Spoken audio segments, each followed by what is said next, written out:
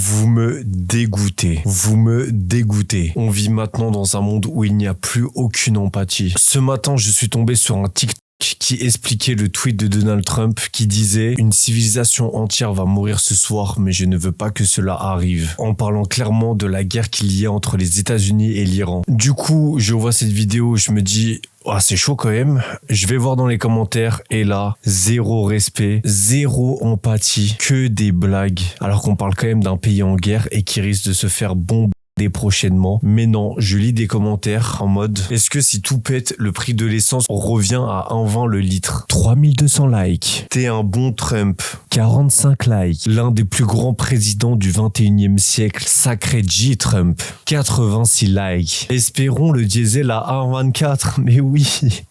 Bien entendu, 1300 likes. C'est ça votre problème les gars, c'est vraiment l'essence là. Bref, je vais m'arrêter là parce qu'il y a des milliers de commentaires sur la vidéo, mais c'est juste pour parler de ça. J'ai l'impression que maintenant sur les réseaux sociaux, tellement qu'on voit du contenu choquant tous les jours, on n'a plus aucune empathie. Moi aussi, je peux avoir un humour noir avec mes amis, j'aime bien rigoler de tout, mais franchement, il y a des limites. Là, on parle d'un peuple qui va sûrement se faire bombarder.